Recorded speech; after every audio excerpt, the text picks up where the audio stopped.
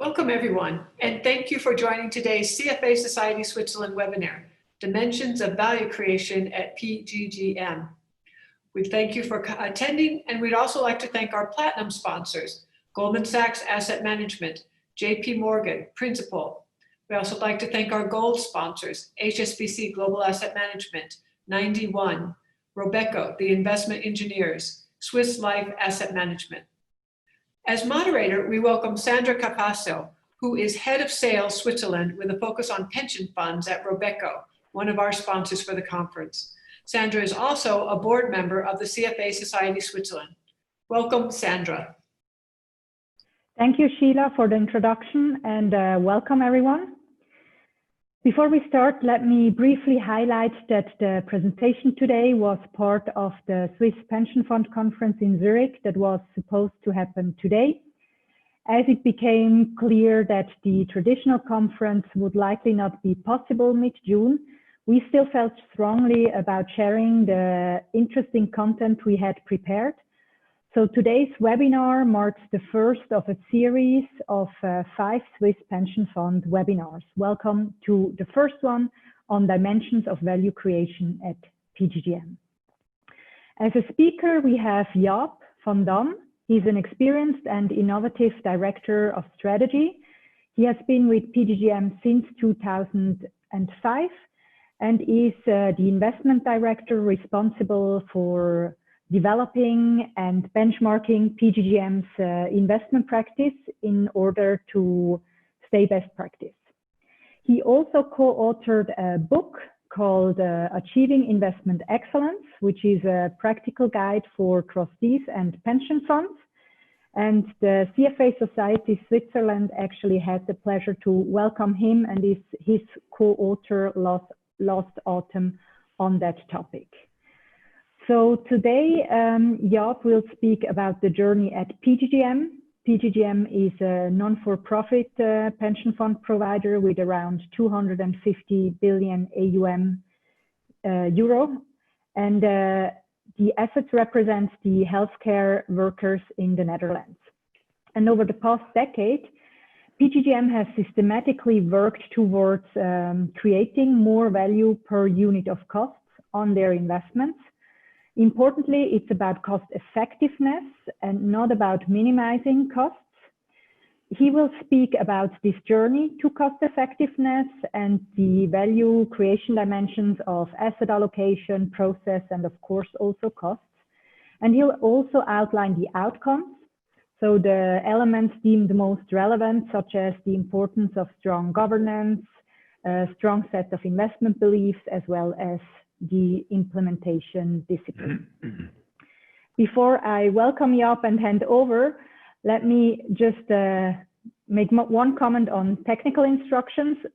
We have muted everyone on the webinar today and have allocated 10 to 15 minutes for questions at the end. You can submit your questions by using the symbol at the bottom of your screen, and we'll then address as many questions as possible towards the end, as well as those questions that were already submitted. So with that, welcome Jaap. Thank you for being here. Let me hand over to you.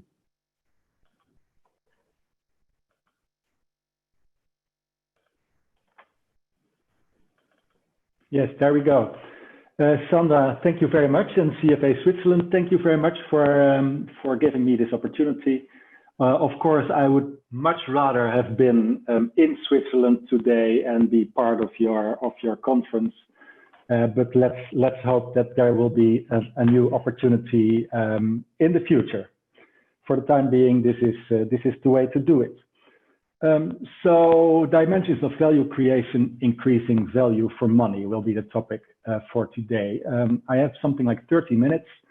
It will be impossible to cover all the dimensions of value creation and cost effectiveness, but let's go. And if you have big questions afterwards, we can go into those in the Q&A. So now I hope, yes. Well, I think Sandra has already, to a large extent, introduced myself and also PGGM and PFZW. So just a couple of words here. and you probably know PGGM. PSZW is the compulsory industry fund for the Dutch healthcare sector. So all the workers in the Dutch healthcare sector are members. All in all, something like 2.3 million members, of whom 80+% are female. We're a bit of a young fund still, so the annual premium received is still larger than the amount of pension payments that we do, and that allows for long-term risk-taking. Assets under management, of course, have been volatile over the past months, so safely I say 200+ billion, and in practice it's significantly more. Then at PGGM, we are the investors on behalf of PFW. We have something like 1,400 full-time equivalent people, of whom 300 are involved in actual investing money. So that's both ALM, strategy, where I work, and the front office and risk management. And I think we often act collectively as a part of a collective to develop standards. For example, when it comes to sustainability, but also when it comes to cost effectiveness. And we feel that's an important collective good. How we roughly invest, we're something like 70-30 return generating versus liability oriented investments. I'll say a bit more about it later on. We are something like 75% public and 25% private invested. You'll see that is a big driver of our cost.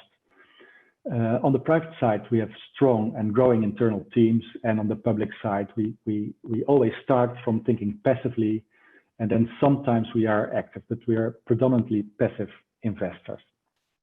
Well, I think Sandra told everything about me, which there is to know now, so I'll skip this part for today and go into the agenda. First, I want to take you along a bit to the objective of thinking about cost effectiveness in our company, a bit about the journey that we've been going through, our core thinking when it comes to value for money creation, the process that we've been through, the outcomes, and then key takeaways. So when it comes to creating cost effectiveness, the objective, I think, is maximize the value created per unit of cost. In other words, avoid wasting costs, avoid making costs which are not relevant when it comes to creating value. And there's always a tension between cost effectiveness and cost reduction and the quality of process. Often when you have too much of a cost focus, you will lose quality, which is much harder to get a grip on. So that's a very important topic when it comes to cost effectiveness. And this, of course, is a part of a larger thing, and the larger thing is realizing our overall investment objectives, which is maximizing financial outcomes per unit of risk. So I think that's a traditional outcome. And then at the same time, we want to realize a good pension in a livable world. We're very much sustainability oriented. I see behind Sandra the SDGs, which are very close to our hearts also. At the same time, we're very firm always to put the financial goals first. So we want to maximize our societal contribution, but never to the detriment of our beneficiaries, which is another topic than today's. Which journey have we been going through? I'll take you through it a bit extensively because I feel that laying the good foundation for cost effectiveness is a very important part of the journey. So here I start with the investment framework that we recreated after the great financial crisis. And it was published and approved in 2013. We formulated a sound set of beliefs there between PSZW and PGGM, and we did a lot of fresh thinking on return generation. I will take you through that a couple of slides later. Then in 2014, we launched our plan, which would realize the objectives that we set in the investment framework. So that was a 5-year plan, and we've just finished our plan for 2025, which sets new ambitions there. Well, this sounds very nice. I think we are striving for something like cost effectiveness by design. It should be built into everything that we do, and I'll give you some examples of that later on. So when I go to that investment framework 2020, then it has something like 16 investment beliefs, and I will give you the 3 which are most important for today's webinar. The first one, and that will appear to be very important, is the fact that we said there are only a limited number of fundamentally different sources of return which reward the assumption of the associated risk over a longer horizon.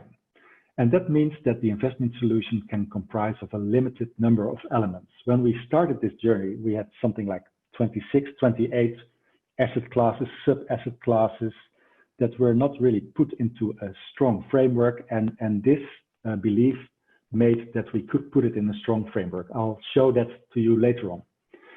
The second one is complexity is only used if it's appropriate for the achievement of PSW's pension ambition. So I think often when it comes to doing our investments, we tend to get very technical, 3, 4, 5 digits behind the comma, we should do the right thing.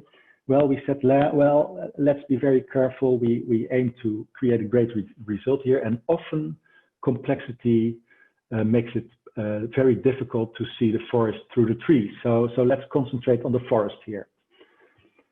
And then the third one, costs are an important component of the return and therefore need to be controlled and thought of very effectively. And I know that everybody of you shares this thing, but just to reiterate it, in investing, many things are quite uncertain, but costs are a certainty, and therefore if you can reduce them, you will have a cost saving which comes back year after year after year, and that is very hard to beat by, for example, allocating to all kinds of active or alpha strategies. So costs should really be at the focus of your attention. And I think together this is a very powerful set, and I hope that you will be convinced by this at the end of my presentation. So when it comes to thinking about value for money, what is our core thinking? Thinking about preparing this contribution, I think loosely I have found 5 layers of action when it comes to increasing your cost effectiveness. The first one is the design of the strategic asset mix. The second one is the design of the actual building blocks that you apply to your investment management. The third one, and of course very important often, is internal versus external management, implementation decisions, and also standard building, especially in the private assets. Many things are intransparent, and if we don't build transparency standards together, we don't even know which costs we pay. And I think there is still a lot of academic research which illustrates that. So when we think about the design of the strategic asset mix, what is our core thinking there? What we've said is we feel that there are 4 basic return streams.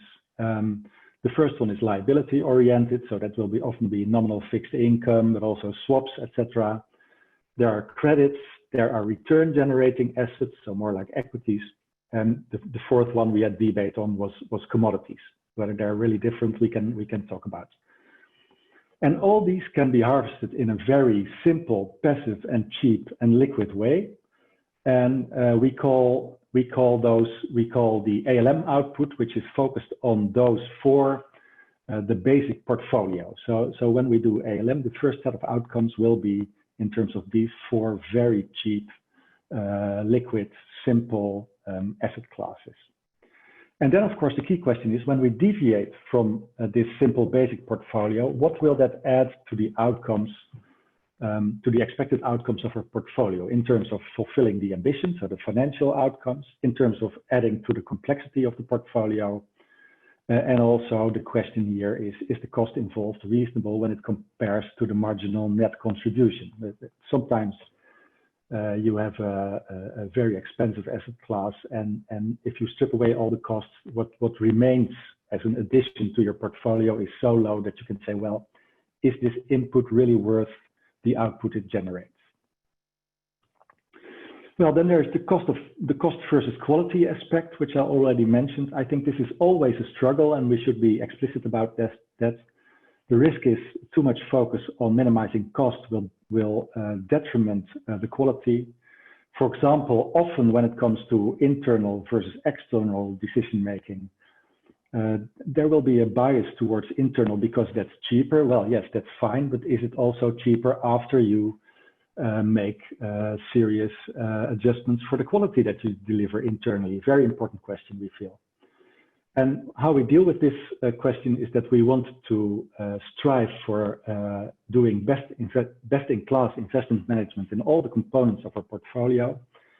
We'll try to find out what the best-in-class approach is, and then we'll understand what costs are more or less attached to that. So always reference to that and make sure that you deliver the best possible quality. And how do we do this in practice? So if you look at this picture, you might think something's wrong with my screen. Actually, it's not. It's meant to be more a thinking scheme than a very concrete set of boxes that you see here. So here I go into the design of the strategic asset mix. And as I already said, so we think here in implementation forms, and we start from this basic ALM outcome. If you look horizontally, you see the four return streams that I just talked about. So from top to bottom, it's the return generating assets, it's the credits, it's the commodities, and it's the fixed income or liability oriented return streams. And again, these are the basic building blocks that our ALM process provides as an outcome. And then when you look vertically, you see different forms of implementation from left to right, liquid markets, so that's the very basic passive form, then to smart beta, so we do all kinds of factor investing, alternative beta investing, then private markets, and then a specific box which caters to positive impact investments. And when you go from left to right, you will typically see that the cost will rise for the implementation. Also, the complexity will rise. So you have to have very firm answers to the question, when you look on to this at a net basis, does it really add something to the portfolio that we started with? And this gives a very strong thinking framework. And when we think of designing of building blocks, we always explicitly take into consideration all these five dimensions that you see here. The financial ambition, as I said, is always the first one, so that's in the center.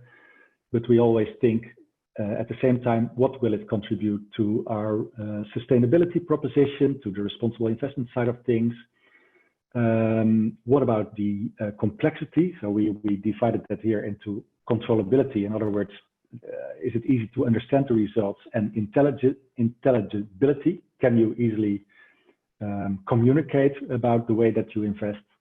And very importantly, cost efficiency at the bottom. So in every proposal, whether it is on an asset class or a specific mandate, we will address these five topics very explicitly. Well, and then there are a couple of other dimensions that I want to go into. So internal, external, two things here. What we have been doing over the past decade, I would say, is building very carefully internal teams only where we think we can be best in class. And we've done that especially in the private investments, so private equity, infrastructure, real estate. And this is really paying off because we now have very high quality, stable results for much lower fees than we would pay externally. But here comes this quality question again. So sometimes the internal solution might be cheaper, more cost effective than an external, but so sometimes we mingle internal and external mandates in order to make sure that the whole thing is more robust and more high quality than it would have been if we only went for the internal asset allocation. Well, then of course, we have implementation decisions, mandates, etc. Always look for value for money. So that's an ongoing process that will go on and on. And the last part, I think, which is very important, is this forcing cost transparency. Make sure that hidden costs are in view. And this can be quite a long process, and also ask for collective action. For example, we have done very extensive work here on making transparent cost issues for real estate investments. Sometimes under the surface, all kinds of fees will be flowing that it's very hard to get a grip on. And in private equity, I think this is also a very important thing. And the point I want to make here is that individually, as asset owners or pension fund investors, we are often takers of the products that the investment managers bring to us, whether those are in the private assets atmosphere or in the public assets. So as an individual, you're often not in a very strong position, but sometimes if you work together, you can have a much more fruitful conversation with the asset manager at the other side of the table, which Sandra will confirm later on today. And for example, what I come across is pension funds that say, well, it's very hard to find, for example, a cost-effective solution when it comes to integrating SDGs in our public market portfolios, or when it comes to integrated climate change issues. And I think often if you realize that you're not alone in that and you work together, you can have this better dialogue, which will lead to better products and probably more cost effectiveness than if you did that alone. So that's a couple of examples of how we did these things and what are the outcomes. So first, I hope that you have seen that we've built a very strong framework in which a careful thought process about cost is integrally built into each decision. So this is really a disciplined road to being cost effective, and you'll find it back in everything that we do. The second one is that by referencing to best in class, we always keep track of the quality that is being delivered, and to emphasize that point a bit. So we have quite a number of internal teams, but we also have a department which specifically asks for the question, what is best in class? How do our internal efforts look when you judge them against best in class? And then if there's a difference, there will be programs put in place that make sure that our internal teams become best of class. And if they don't, there will be an end to the fact that we do this part of the portfolio internally. So it's really a very strong disciplined team effort in which we have a lot of internal countervailing power on the table. And as the result of all these actions, we have reduced our total cost by more than 20%, from 55 basis points, or a bit more than that even, to in 2019, 43 basis points of assets under management. And this may sound as well, okay, 12 basis points, that's not a lot, but when you refer that back to our size, that means that we have an annual cost saving of 200 million euros, and that is more than the whole internal asset management operation of PGGM costs. So it's really a lot of money, and if you multiply that by all of the years that you will enjoy that cost saving, you can see that this is really a significant journey that we have been on. So let me go to the key takeaways. First, cost effectiveness really should start at the head of the process. So start with investment beliefs and the design of the strategic mix. In that way, you avoid looking at the trees, but you look at the forest of the whole portfolio. Two, this has resulted in our case in a very transparent framework, which in a very disciplined form reasons from the passive solution, which is always the reference point for thinking about added value. Three, yes, cost is very important, but of course, cost is only a means. So cost considerations should never overrule quality considerations. Four, we feel that you should really never pay more than a reasonable part of the expected added value to harvesting a solution. And what is reasonable, we can debate about that, but I would say if you pay more than 25 to 35% of your expected net added value of something that you do well, you are paying a very high price. Well, of course, I very much realize that our size can be a big advantage. So, for example, we have the luxury that we can build, well, quite substantial internal teams when it comes to managing our private equity assets. So that might be a competitive advantage we enjoy because of our size. And very important, I think, to emphasize again that individually we may be price takers, we may be product takers, but collectively when we join forces as asset owners, even when we're small, we have a very strong voice and we can improve both the product and the price of the of the products that we demand from the investment management industry. So those were my key takeaways. I want to thank you and say goodbye, and we'll switch back to the large screen so that we can have a Q&A. Exactly, so no goodbye yet. Please everyone stay with us. Oh, yes. So thank you very much, Jaap, for sharing your insights. And may I remind everyone on the webinar that you have the Q&A symbol at the bottom of the screen to ask questions. And let me start with one question of my own. You mentioned that obviously you have, also PGGM has a very impressive breadth of investment expertise internally, and so size definitely, or scale, is a certain advantage for you.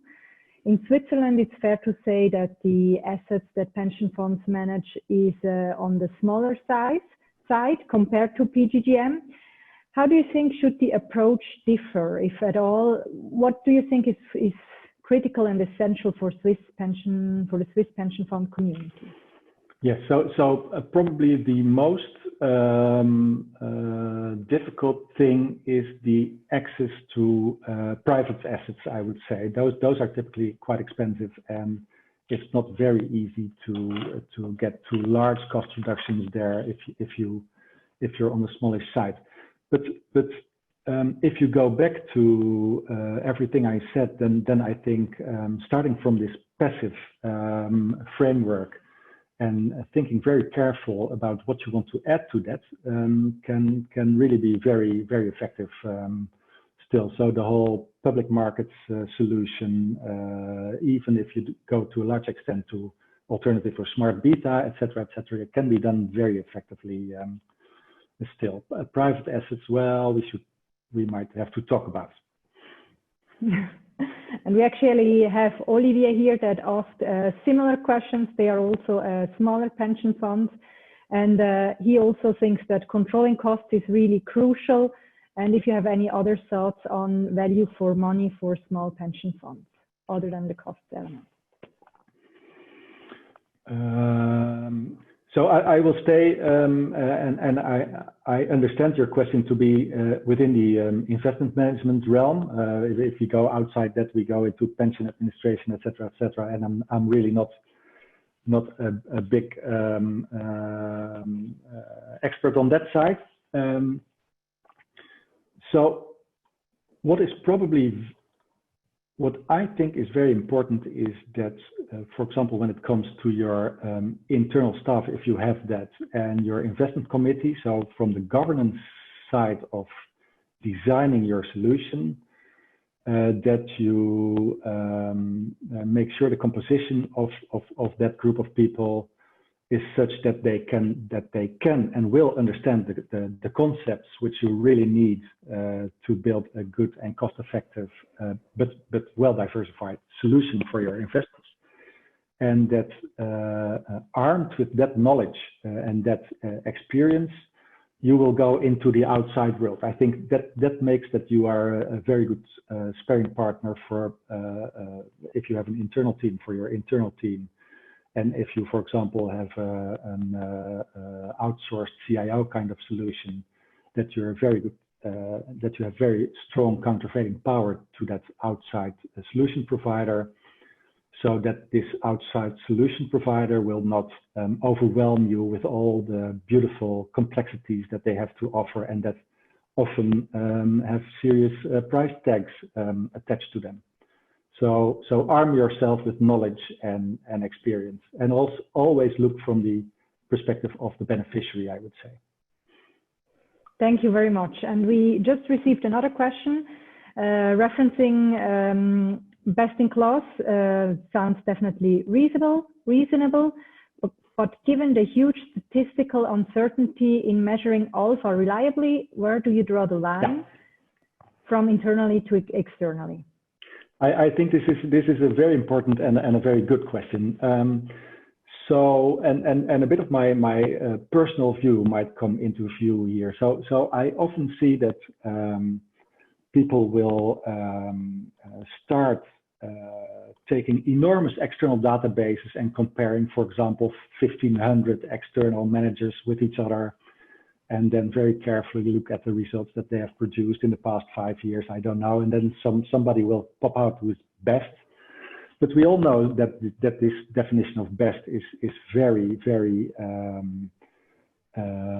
temporarily often. So there's a large element of luck when it comes to short-term outcomes. So my proposal is, if you have a good conversation with 10 people who are really well informed in the investment management industry, they will often come after a good structured conversation with 1 or 2 handful of investment managers that you can really say, these will be reliably also going forward the parties that you look for when you think about best in class. So I think then you have the proper conversation. Of course, best in class is not a statical thing. It will develop over time. But I think then you can really focus on the parties that matter, and you can look there to what you find, and also how they have been resourced and how they think about all the elements of their solution. And we have one other interesting question from Christian. It's about active versus passive management. How do you decide between the two? Which areas does it make sense to go active? Thank you, Christian. So we very much at PGGM start from the passive unless perspective. In other words, we want to have very strong, convincing outcomes of academic research and of actual investment management before deciding to go into active solutions. Even when we do active, it's often still quite close to the benchmark. So that's a matter of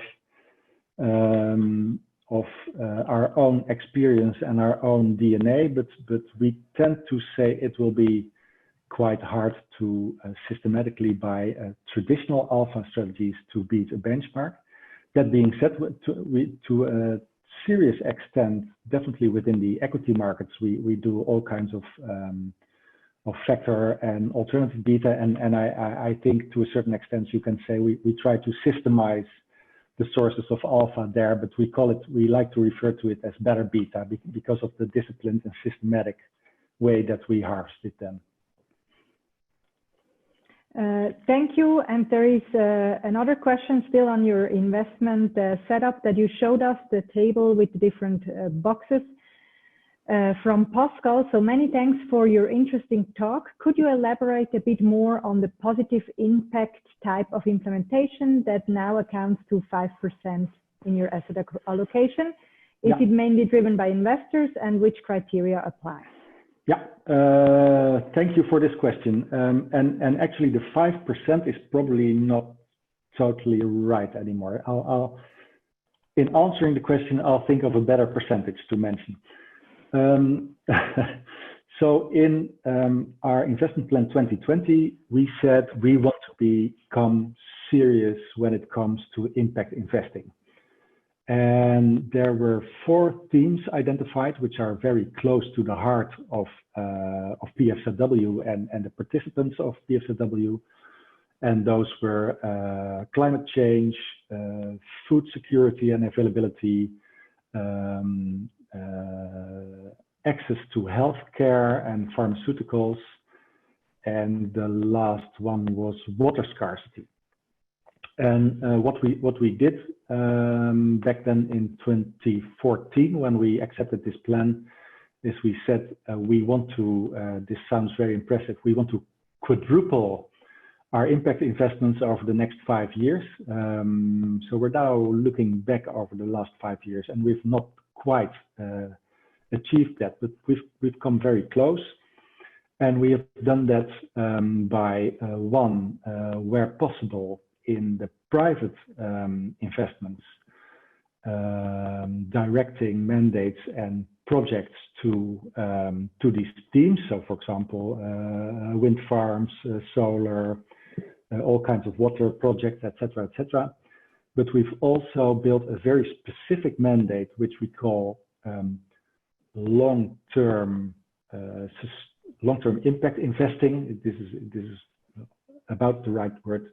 And we said we want to have a specific mandate where we say on the longer horizon, you should be able to at least match the outcomes of the public markets passive portfolio. But we want you to fully concentrate on implementing strategies and being good stewards to companies that will really impact on these 4 themes, the outcomes of the world.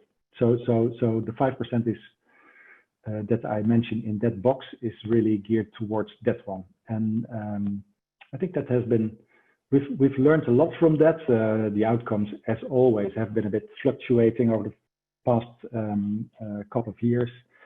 And I think interestingly, in the whole Corona crisis that we've just been going through, their results were extremely good. So I don't know, I don't fully understand what happens there, but it's encouraging, I would say. And going forward, we will probably increase the allocation to strategies like these again. Thank you very much for that answer. And it actually, we received a follow-up question on that topic or on sustainability from Christoph. Can you please share your view on ESG, your cooperation with the Dutch National Bank and with APG? Do the two combined work? Yes, we do. So you mentioned APG and? Dutch National Bank, I assume it's Dutch National Bank. The Dutch National Bank, yeah. So we cooperate with a number of parties on a number of different topics and subjects. So generically, when it comes to ESG thinking, we feel that ESG thinking is making sure that the non-financial influences from the outside world are well represented in your portfolio, so that you end up with a better portfolio, better control for governance risk, for climate change risk, for social risk. So that's a kind of an outside-in perspective. When we think about impact generation, we think differently. We think that both our beneficiaries and the world as a whole will be better off in the long term by us also trying to influence the world to a path which is more sustainable than otherwise. For example, when you think about long-term return generation, well, it's for example, it will definitely be more difficult to harvest good returns in a world in which the climate has radically changed from now. So we feel it's important to contribute to that. Our participants support that idea, and we very much feel that because we're a part of a bigger system, we should move with the different parties in the system to try to create this motion. So when it comes, for example, to APG, what we've done together is we've created this framework in which we have built the taxonomy of equity investments, in which we can very clearly say, yes, this investment is related to furthering a certain SDG, and no, that one is not. So that gives a good framework for thinking about that, and that has realized into what we now call the SDI, so the Sustainable Development Investments. And that's a framework which we further, and I think that will become to a benefit of all asset owners and asset managers broader. So that's a form of collective action that works, and I'm very happy to say that the Dutch Central Bank also has very much supported the idea that creating a more sustainable world is also a world in which system risks are better addressed. So, for example, when it comes to climate change, the Dutch Central Bank has been very active in promoting the fact that financial parties in the Dutch system, but also in the global system, understand their climate change risks and mitigate them where possible. So where possible, we try to be part of movements like those. Thank you very much for your answer. And maybe switching gears slightly towards more risk management, we have a question from Jan. Do you run a very static portfolio based on strategic asset allocation, or do you also use tactical deviations, for example, based on expected risk premia and returns? How do you manage risks in general? So the second question is a huge question, but let me go into the first predominantly. Yes, I think we run a quite static portfolio, and I would call it more an evolutionary portfolio than a dynamic portfolio. So we tend to think that, and perhaps skills comes into account there also, that being tactical about your allocation is often quite costly, and it's not really clear to us. And again, I emphasize that can be a size thing, that it would really move the meter in terms of outcomes. And that being said, it is very easy, for example, for boards, but also for management teams in the investment management operation, to then become very focused on this often quite small part, which you call tactical in your portfolio. And again, thereby having less attention and focus to the long-term development of your mix as a whole. It would be fun to have a further dialogue about this. Thank you very much for that answer. And actually, we received during the registration another question that is also a big topic from Ilko. What does good investment governance mean for you? Wow, that's another very big question.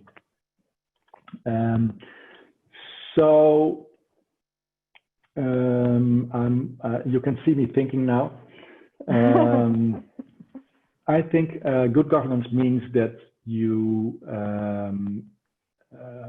from the governance point of view, so that starts again with the pension fund, I would say, with the board of trustees, with the investment committee, and then of course it's delegated to a serious extent to the actual people doing the investment management.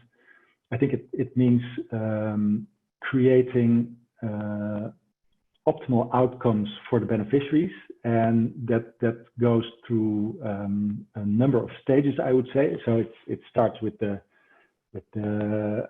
mission, building your beliefs, and then translating that mission into an actual investment management process, and into a sound plan that translates your ambition given the context that you operate in. So, for example, the low expected return context, into a sound plan. And then, of course, the implementation of the plan and the sound monitoring and evaluation of the outcomes and improving the whole thing. I think if you add that all up, that would I think sum up to what I would call good governance. And perhaps to add to that, I am very much a believer in the fact that a good pension on behalf of beneficiaries is almost always more than just a financial outcome. So I think we should very well understand what your stakeholders expect from you. And I think there's also a lot of development in the way that stakeholders think about us as members of the financial industry. So for example, 10 years ago, nobody would say, you as an investor are responsible for what company XYZ does in country ABC.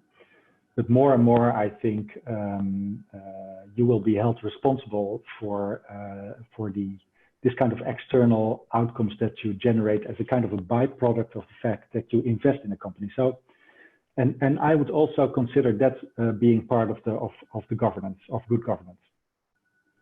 And actually, a very good point you made on the evolution. Do you challenge your own beliefs, or how often do you challenge? What would be a trigger to challenge your own beliefs? That's great questions. We have a process in place in which we challenge them each 5 years. We've been going through that process a year ago, and by and large, our board and board investment committee have said, yes, we still feel very fine with these beliefs. But for example, when it comes to this stakeholder thinking, which is getting an increased place in the world, we try to a better way integrate that into, for example, our impact and stewardship and engagement practices when it comes to translating these beliefs into actual practice. Thank you. And I have one final question submitted from Lucas. How much value is there from asset allocation and how much in implementation? I would say, so shall we make it a bit of a bipolar answer? Absolutely.